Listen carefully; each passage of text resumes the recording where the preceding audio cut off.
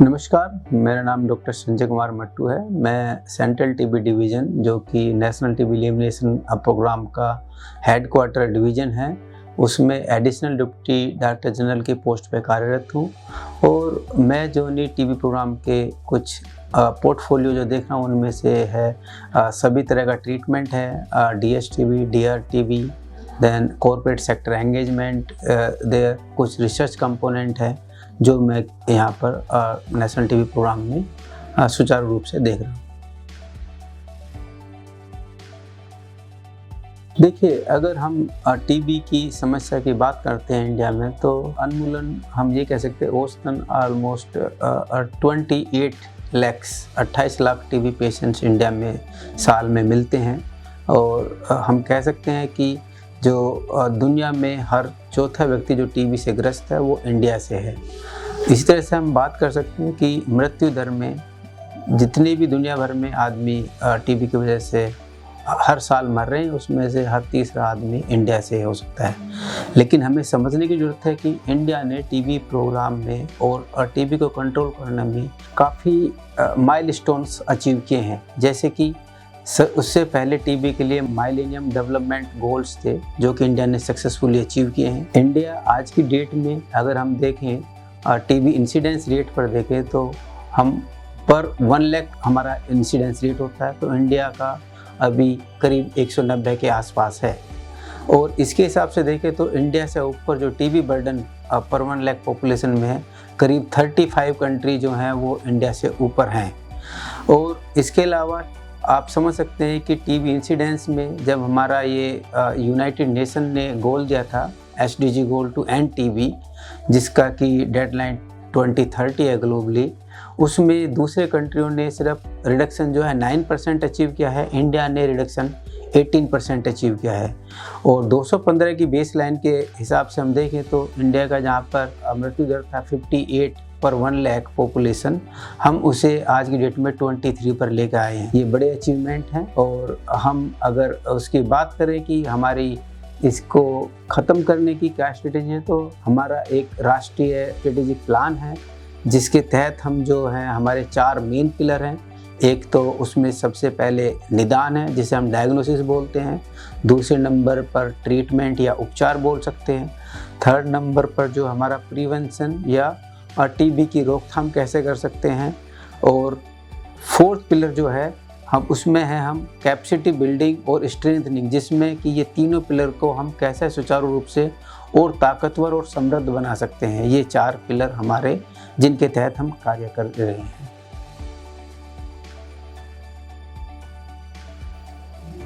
क्या सरकार के टीबी नियंत्रण कार्यक्रम के प्रबंधन, निदान और उपचार के मुख्य लक्ष्य और रणनीतियां होती हैं? टीबी प्रोग्राम का सबसे पहला और जो प्रमुख पिलर है, स्तंभ जिसे हम बोल सकते हैं, वो स्टार्ट होता है डायग्नोसिस से। और टीबी डायग्नोसिस के लिए भारत में उच्चतम सर्विसेज उपलब्ध हैं। पहले हम जो है पूरे माइक्रोबैक्टीरिया को माइक्रोस्कोप अंदर स्टडी करते थे। अभी हमारे पास 72 ज़्यादा सेंसिटिव टेस्ट अवेलेबल है जिन्हें हम नेट टेस्ट बोलते हैं। इसमें क्या है कि बैक्टीरिया के DNA का एक छोटा मॉलिक्यूल अगर मिल जाए हमें, पूरा बैक्टीरिया भी नहीं है, तो उसके छोटे से टुकड़े से हम उसका डायग्नोसिस कर सकते हैं। और ये नेट टेस्ट हम अगर बात करें तो हिंदुस्तान में इसके लिए काफ़ी ज़्यादा मशीन्स अवेलेबल हैं। और पहले ये स्लोली प्रोग्रेस हुआ था। आज हम कह सकते हैं कि लगभग 6000 हमारे पास नेट टेस्ट मशीन्स हैं, जो कि ना कि हर डिस्ट्रिक्ट हेडक्वार्टर पे अवेलेबल है, बल्कि कुछ ऐसे ब्लॉक्स पे भी अवेलेबल है जहाँ पर कि टीबी की संख्या बहुत ज़्यादा है। और इस तरह से हम ये टीबी डायग्नोसिस कर रहे हैं। टीबी डायग्नोसिस के बाद नेक्स्ट आता है हमारा कि उपचार कैसे कर रहे हैं। तो भारत में जो है उच्चतम क्वालिटी की और गुणवत्ता की जो मेडिसिन है वो अवेलेबल हैं। वो सारे WHO स्टैंडर्ड्स और भारत के जो मापदंड है, DGCI के मापदंड है और हमारे क्वालिटी पैरामीटर्स है, उन पे खरे उतरते हैं। और वो मेडिसिन जो है हम देते हैं टीबी पेशेंट्स के डायग्नोसिस के बेस पे। अगर पेशेंट्स जो एक सिंपल और साधारण टीबी बोल सकते हैं, जो कि कम खतरनाक और कम कॉम्प्लिकेटेड होती है, जैसे DSTB बोलते हैं, ड्रग ससेप्टेबल टीबी, उसके लिए मेडिसिन देते हैं। और दूसरा जो है ड्रग रेजिस्टेंस टीबी है, उसके लिए मेडिसिन देते हैं। सारी मेडिसिन जो है ड्रग टेस्टिंग के बाद दी जाती है कि उस बैक्टीरिया के खिलाफ वो ड्रग कार्यरत रहेगी, उस बैक्टीरिया को पूरी तरह से किल कर पाएगी या नहीं, तो उस तरह से हम उसे वो करते हैं। तीसरा जो हमारा अहम स्तंभ और पिलर है वो है प्रिवेंशन। अगर हम टीबी को हिंदुस्तान से ख़त्म करने या इस स्थिति में लाने की बात करते हैं कि ये समाज में एक महामारी के रूप में जारी ना रहे, तो उस केस के लिए हम जो है प्रिवेंशन या रोकथाम जिसे हम बोल सकते हैं पे ज़्यादा जोर देने की ज़रूरत है। जब हम रोकथाम की बात करते हैं तो रोकथाम का हमने थोड़ा दायरा बढ़ाया है। पहले जो हम रोकथाम का इलाज करते थे, घर में अगर कोई एक्टिव टीबी केस होता था तो उसके जो नज़दीकी बच्चे होते थे, 5 उम्र से कम के बच्चे जो होते थे, उनका जांच किया जाता था कि कोई बच्चा ऐसा एक्टिव टीबी केस तो नहीं है। अगर एक्टिव टीबी उनमें रूल आउट हो जाता था, वो सारे बच्चे जो 5 साल से कम हैं उस परिवार में सबको टीबी प्रिवेंशन का इलाज दिया जाता था। और दूसरा जो है ग्रुप जो था हमारा था persons living with the HIV, ऐसे आदमी या इंसान जो कि HIV इन्फेक्शन से ग्रस्त हैं। उनमें भी हम क्या करते हैं कि पहले टीबी को रूल आउट करते हैं, और अगर हिस्ट्री ऑफ कॉन्टैक्ट भी नहीं है तब भी हम उनमें active TB case rule out करने के बाद उसका इलाज जो है हम टीबी प्रिवेंटिव ट्रीटमेंट से करते हैं ताकि उन्हें टीबी ना हो। क्योंकि HIV में टीबी की मृत्यु दर और कॉम्प्लिकेशन और फेलियर रेट बहुत हाई है, और HIV इन्फेक्शन में अगर मृत्यु का कारण सबसे ज़्यादा होता है तो वो टीबी की वजह से होता है। इसलिए PLHIV में टीबी प्रिवेंशन को देने की ज़रूरत होती है। उसके बाद हमने टीबी प्रिवेंशन के लिए दायरा जो दूसरा बढ़ाया है वो दायरा है हमारा कि हम जो ना कि सिर्फ 5 साल के बच्चों तक रख रहे हैं, अब उसमें अगर परिवार में कोई टीबी केस है तो उसके जितने भी सारे सदस्य हैं सब में हमें एक्टिव टीबी इन्फेक्शन को देखना है। जो 5 साल से कम है उसमें हम बिना टेस्ट के ही सिर्फ टीबी रूल आउट करने पे टीबी प्रिवेंशन देते हैं। दूसरे जो अदर सदस्य हैं जो कि 5 साल से ज़्यादा के हैं उनमें पहले हम टीबी इन्फेक्शन का टेस्ट करते हैं, और टेस्ट के बाद अगर टीबी इन्फेक्शन होता है तो उनमें टीबी प्रिवेंशन की दवा देते हैं। पहले हमारे पास टीबी प्रिवेंशन की दवा जो थी वो 6 मंथ का INH कोर्स था जिसमें डेली डोज देनी थी। अभी जो प्रोग्राम के पास जल्दी ही एक नया और छोटे ड्यूरेशन का रेजिमेन आने वाला जिसे हम 3HP बोलते हैं। 3HP का मतलब होता है कि ये कोर्स 3 महीने के लिए है। HP में H जो आइसोनियाज़िड है और दूसरा मेडिसिन रिफापेंटिन है, P रिफापेंटिन के लिए है। ये 3 मंथ के लिए दिया जाता है। इसमें एक डोज 1 वीक में, तो वीकली डोज होता है और 12 डोज का कोर्स होता है जिससे हम ये प्रिवेंशन में देखते हैं। तो इस तरह से हम देख सकते हैं कि प्रोग्राम के अगर 3 मेन पिलर हम देखे जाएँ तो वो हैं डायग्नोसिस, ट्रीटमेंट एंड प्रिवेंशन। और जो जैसे मैंने पहले बताया था कि चौथा पिलर है हमारा कैपेसिटी बिल्डिंग, स्ट्रेंथनिंग, जिसमें हम अपने ये तीनों पिलर को कैसे मजबूत कर सकते हैं। ट्रेनिंग कंपोनेंट है उसमें, इन जो कुछ मशीनी का लाने का है ट्रेनिंग, और जो है हमारा सुचारू रूप से सारे जो यंत्र हैं वो उपलब्ध रहे, वो 4th पिलर है। इन चारों पिलर की वजह से हम इंडिया में टीबी एलिमिनेशन प्रोग्राम को चला रहे हैं, और हम उम्मीद रख रहे हैं कि जहां दुनिया के दूसरे देश इसे जो NTB टारगेट हैं SDG के वो 2030 तक अचीव करने के लिए टाइमबद्ध है, भारत उसे उस समय से काफ़ी पहले उपलब्ध करने के लिए प्रतिबद्ध है।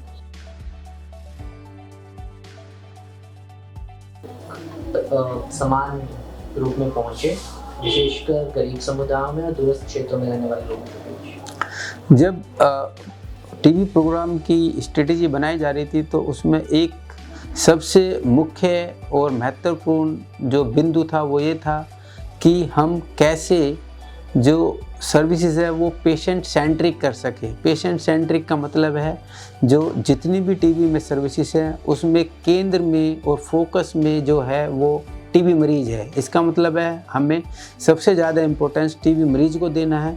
उसके लिए सुविधाएं कैसे ईजीली उपलब्ध कराई जा सकें, उसके घर के पास उपलब्ध कराई जा सकें, ये हमारे टीबी प्रोग्राम का सबसे मुख्य बिंदु है।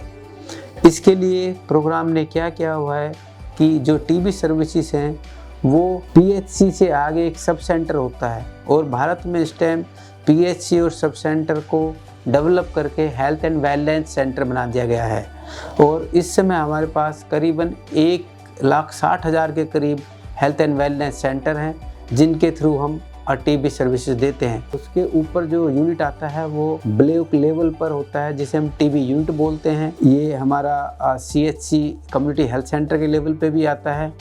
उसके ऊपर हमारा डिस्ट्रिक्ट हॉस्पिटल्स होता है, और फिर स्टेट हेडक्वार्टर पे मेडिकल कॉलेजेस और टर्सरी के लेवल के या तृतीय श्रेणी के जो हेल्थ इंस्टीट्यूशंस हैं वो उपलब्ध हैं। इन सब के तहत ही हम जो है कोशिश करते हैं कि मरीज के घर के पास ही सारी सुविधाएं दी जा सकें। जैसे कि अगर हम जांच की बात करें तो मरीज या तो सब सेंटर जाके अपना सैंपल दे सकता है या पीएचसी पे दे सकता है, और कई बार हम जो गांव के लेवल पे जो आशा वर्कर है उनकी सपोर्ट से भी सैंपल कलेक्ट कर सकते हैं।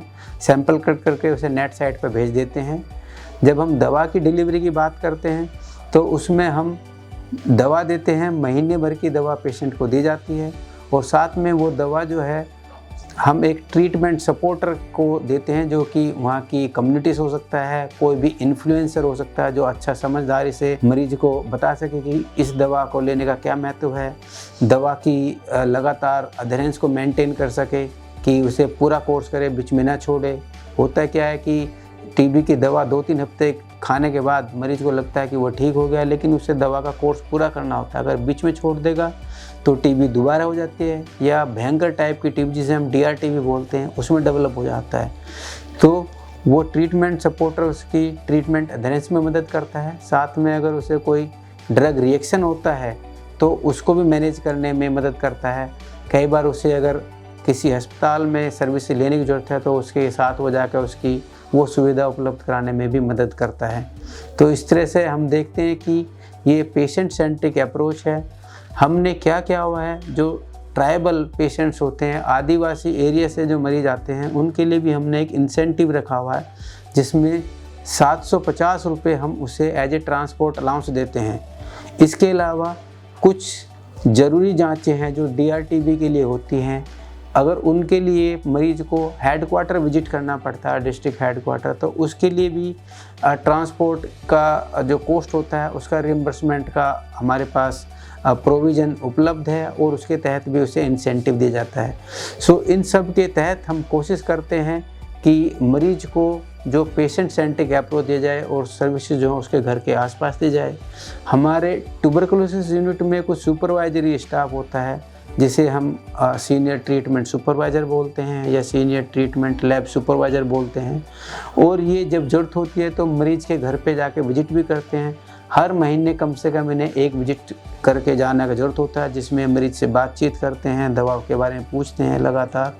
तो इस तरह से हम देख सकते हैं कि हम पूरा ख्याल रखते हैं प्रोग्राम के अंदर कि इस मरीज को सारी सुविधाएं उसके घर के आसपास दी जा सकें, ताकि वो ईजिली एक्सेसिबल हो और सभी मरीज जो वो सर्विसेज को ले सकें।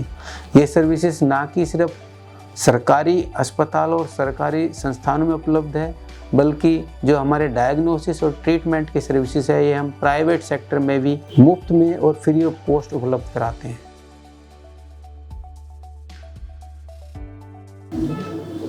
तो वैश्विक रूप से टीबी ड्रग रेजिस्टेंस एक बढ़ती समस्या है।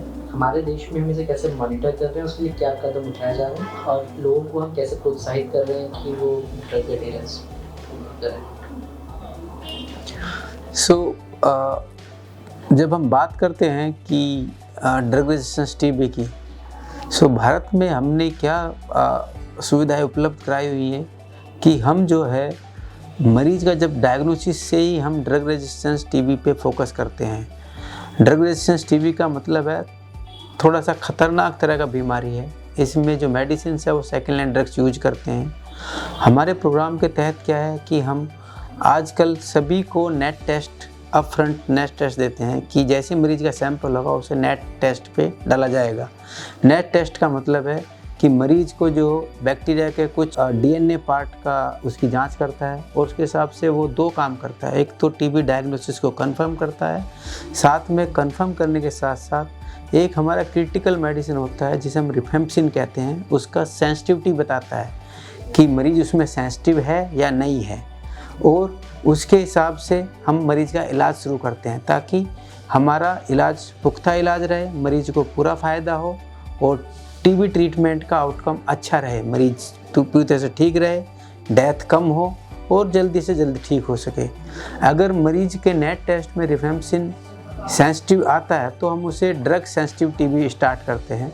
ड्रग सेंसिटिव टीबी में हम क्या करते हैं कि जब उसका टेस्ट करते हैं तो ना कि सिर्फ उसका रिफेम्पसिन टेस्ट के हिसाब से ट्रीटमेंट स्टार्ट करते हैं, हम एक दूसरा मेडिसिन होता है आइसोनियाज़िड, उसका भी टेस्ट करते हैं कि वो रेजिस्टेंस है नहीं है। उसके लिए हम first line LPA line probe test होता है जो कि आइसोनियाज़िड या INH की सेंसिटिविटी के बारे में बताता है। उसके बाद हम सेकेंड लाइन ड्रग टेस्टिंग भी करते हैं। अगर नेट में रिफेम्पसिन रेजिस्टेंस आ जाता है तो हम उसे स्टार्टिंग में हम multi drug resistance treatment start करते हैं। मल्टी ड्रग रेजिस्टेंस में सेकेंड लाइन ड्रग्स होती है और इनका भी ससेप्टिबिलिटी के लिए हम सेकेंड लाइन LPA टेस्ट बोलते हैं, सेकेंड लाइन प्रोब टेस्ट बोलते हैं, जो कि सेकेंड लाइन ड्रग्स की ससेप्टिबिलिटी बताता है। उस ससेप्टिबिलिटी के हिसाब से हम इलाज देते हैं। अगर वो ससेप्टिबल रहते हैं सारी मेडिसिन तो हमारा 9 महीने का इलाज है, जिसे हम शॉर्टर ओरल रेजिमेन बोलते हैं फॉर MDR TB। पहले ये जब इलाज अवेलेबल नहीं था तो दूसरे इलाज जो थे वो 24 महीने से करीब 36 महीनों के इलाज होते थे। जब हम सेकेंड लाइन ड्रग की बात करते हैं टेस्टिंग की और सेकेंड लाइन LPA टेस्ट की बात करते हैं तो उसके बाद अगर कोई रेजिस्टेंस आता तो हमें फिर दूसरा रेजिमेन देना होता है, उसे ऑल ओरल रेजिमेन बोलते हैं। और ऑल ओरल रेजिमेन जो है वो 18 से 20 महीने का होता है। और इस तरह से हम ड्रग रेजिस्टेंस TB की बात करें तो हम देखते हैं कि मरीज के बैक्टीरिया किस तरह से व्यवहार कर रहा है, वो किस ड्रग को रेस्पॉन्ड कर रहा है, उसके बेसिस पे हम DRTB ट्रीटमेंट करते हैं। और DRTB ट्रीटमेंट में ना कि हम एप्रोप्रिएट रेजिमेन स्टार्ट करते हैं, बल्कि मरीज का इलाज के दौरान पूरी जांच की जाती है, उसका एग्जामिनेशन किया जाता है कि उसके जो सिम्टम्स है वो कैसे इम्प्रूव कर रहे हैं और वो कैसे रेस्पॉन्ड कर रहा है, उसका एक्सरे किया जाता है, उसके सैंपल की टेस्ट दोबारा की जाती है कि उसमें बैक्टीरिया दोबारा बरकरार है और वो बैक्टीरिया कैसे रेस्पॉन्ड कर रहा है, रेजिस्टेंस पैटर्न भी उसमें बीच में देखा जाता है और इसके हिसाब से हम मरीज़ का इलाज करते हैं। अगर हम DRTB को देखें, देखने में ख़तरनाक लगता है और ये थोड़ा सा ट्रीट करने में मुश्किलें होती हैं, लेकिन सरकार के पास इसके लिए बहुत ही कारगर तकनीकी और दवाई उपलब्ध हैं। और जो वर्ल्ड की बेस्ट टेक्नोलॉजी है उन्हें डायग्नोस करने के लिए और वर्ल्ड की जो बेस्ट मेडिसिन्स हैं वो प्रोग्राम के पास उपलब्ध हैं, हम उन्हें दे रहे हैं। और हमारा जो DRTB में जो सक्सेस रेट है, जो उसका कंप्लीशन रेट है, वो पहले से काफ़ी अच्छा हो गया है। पहले कहा जाता था कि DRTB पेशेंट्स की मृत्यु दर करीब 50% से ज़्यादा थी। अभी जो हमारा जो सक्सेस रेट है वो करीब 70% के आसपास है, जो कि DRTB में भी सक्सेस रेट दे रहा है। TB मरीजों के लिए मेरा सबसे पहला संदेश है कि अब TB ऐसा बीमारी नहीं रह गया जो हमारा पहले सोच था कि TB बहुत खतरनाक बीमारी है। अभी जो TB को निदान करने के लिए टेस्ट हैं वो बहुत अच्छे टेस्ट सरकार के पास उपलब्ध हैं, दवाई भी बहुत अच्छी उपलब्ध हैं और TB का मरीज पूरी तरह से सही हो जाता है। तो अब TB के मरीज के ऐसे हम पहले भेदभाव करते थे, सोचते थे कि बीमारी को छुपाते थे, वो छुपाने का ज़रूरत नहीं है। TB मरीज से मैं एक आग्रह करूंगा कि उन्हें जो ये जानने की ज़रूरत है कि जो TB है मुख्यतः वो फेफड़ों की होती है। हालांकि शरीर का ऐसा कोई अंग नहीं है जिसकी TB की बीमारी ना हो, सिर्फ नाखून और बाल को छोड़ के बाकी किसी भी ऑर्गन में हो सकती है, लेकिन मुख्यतः ये फेफड़ों की TB होती है। और इसके उन्हें 4 सिम्टम्स जानने की ज़रूरत है कि 2 हफ्ते से ज़्यादा या तो खांसी है, या 2 हफ्ते से ज़्यादा बुखार है, या फिर वज़न कम हुआ है, या फिर उसे रात को पसीना आता है। इनमें से कोई भी है लक्षण उसमें उपलब्ध है तो वो सरकारी अस्पताल में जाए और जल्दी से जल्द TB की जांच कराए और उसके बाद जैसे ही जांच का रिपोर्ट हो उसका इलाज लेने की ज़रूरत है। डरने की बिल्कुल ज़रूरत नहीं है। अगर इस तरह के कुछ लक्षण उनके किसी दूसरे परिवार सदस्य में हैं तो उनकी भी इस तरह से जांच कराने की ज़रूरत है। और अगर जांच ये लक्षण नहीं हैं तो जो उनके दूसरे सदस्य हैं तो उन्हें टीबी रोकथाम की, जिसे हम टीबी प्रिवेंशन ट्रीटमेंट कहते हैं, टेस्ट के हिसाब से और जैसे उनका इंडिकेशन है उसके हिसाब से उन्हें देने का ज़रूरत है। जहाँ तक समाज से संदेश की बात है, समाज से भी मैं यही कहूँगा कि टीबी अब कोई ख़तरनाक बीमारी नहीं है, इसका पूरा निदान है और अच्छा और बेहतर इलाज है। हमें टीबी के मरीज से भेदभाव करने का बिल्कुल ज़रूरत नहीं है। जहाँ हम टीबी की बात करते हैं, आजकल हमें टीबी का जो लक्ष्य पूरा करना है या टीबी को उस लेवल पे लेके जाना है कि ये महामारी न रहे, तो हमें सिर्फ टीबी प्रोग्राम की ही नहीं, दूसरे हेल्थ सेक्टर, दूसरे हेल्थ के अलावा जो दूसरे नॉन हेल्थ सेक्टर्स हैं उनको साथ लेने की ज़रूरत है और कम्युनिटी को आगे कदम बढ़ाकर आने की ज़रूरत है। जब हम कम्युनिटी की बात करते हैं, कम्युनिटी कई तरह से इस प्रोग्राम में सपोर्ट कर सकता है। एक हमारा प्रधानमंत्री टीबी मुक्त भारत अभियान है, जिसके अंदर वो निक्षय मित्र बन सकते हैं। निक्षय मित्र बनने के लिए एक ऑनलाइन वेबसाइट है निक्षय 20, उस प्लेटफॉर्म पर जाकर वो निक्षय मित्र बन सकते हैं। निक्षय मित्र कोई भी हो सकता है, कोई इंडस्ट्रियलिस्ट हो सकता है सोसाइटी में, एनजीओ हो सकती है, कोई इंडिविजुअल लेवल पे खुद पर्सन हो सकते हैं। आपको जानकर ये आश्चर्य होगा, एक छोटी बच्ची 11 साल की बच्ची ने खुद निक्षय मित्र बनकर अपनी छोटा उसने पिगी बैंक तोड़कर एक टीबी पेशेंट्स का मदद किया है।